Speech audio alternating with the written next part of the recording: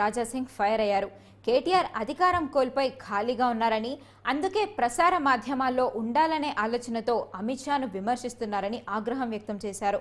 ప్రధానమంత్రి మోడీ తెలంగాణకు వచ్చినప్పుడు కేసీఆర్ ఏ భాషలో మాట్లాడారో కేటీఆర్ అర్థం చేసుకోవాలన్నారు. కేంద్ర మంత్రులను కలిసినప్పుడు ఏ భాషలో మాట్లాడారో మర్చిపోయారా అని ప్రశ్నించారు. కేటీఆర్కు హిందీ రాకపోతే తెలంగాణ గురించి మోడీకి ఏ విధంగా వివరించారు, ఏ భాషలో తెలంగాణకు నిధులు అడిగేవారో కేటీఆర్ సమాధానం చెప్పాలని డిమాండ్ చేశారు. మీకు తెలుసా, నిన్న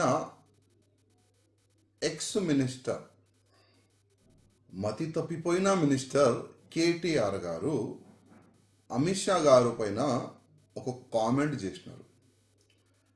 ఆ కామెంట్ ఏంటంటే, హిందీ భాష మా అందరిపైన ఎందుకు ఇస్తున్నారు అని ఆ ఒక కామెంటు కేటీఆర్ గారు ఇచ్చినారు. కేటీఆర్ గారికి నేను చెప్పాలనుకుంటున్నా, హిందీ భాష గురించి మీకు తెలుసా తెలియదా నాకైతే తెలియదు.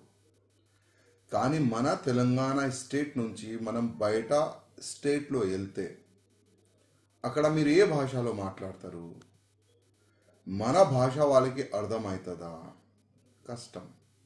అందుకోసం అమిత్ షా గారు ఏంటంటే, యావత్ భారతదేశంలోన ప్రతి ఒక్క స్టేట్లో కొద్దిగైనా హిందీ నేర్చుకోండి, హిందీ భాష వస్తే మీరు ఏదైనా స్టేట్లో మీరు వెళ్ళొచ్చు, ఏదైనా మీరు పని చేసుకోవచ్చు అని ఆ ఒక మంచి ఉద్దేశంతో అమిత్ షా గారు ట్విట్టర్లో పోస్ట్ చేసిండు. కానీ ఇప్పుడు కేటీఆర్ గారి దగ్గర పని లేదు కదా, ఆయన గవర్నమెంట్ కూడా వెళ్ళిపోయింది, పని పాట లేదు. ఏదో ఒక సబ్జెక్ట్లో మీడియాలో ఉండాలి, ప్రింట్ మీడియాలో ఉండాలని ఒక చిన్న ఆలోచన. ఎందుకంటే అప్పుడు ఆయన మినిస్టర్ ఉన్న సమయంలో ఇట్లాంటి సబ్జెక్ట్ పైన ఆయన దృష్టి పెట్టలే.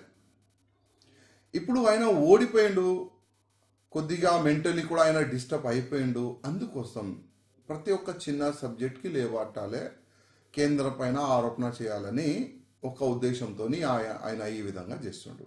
నిన్న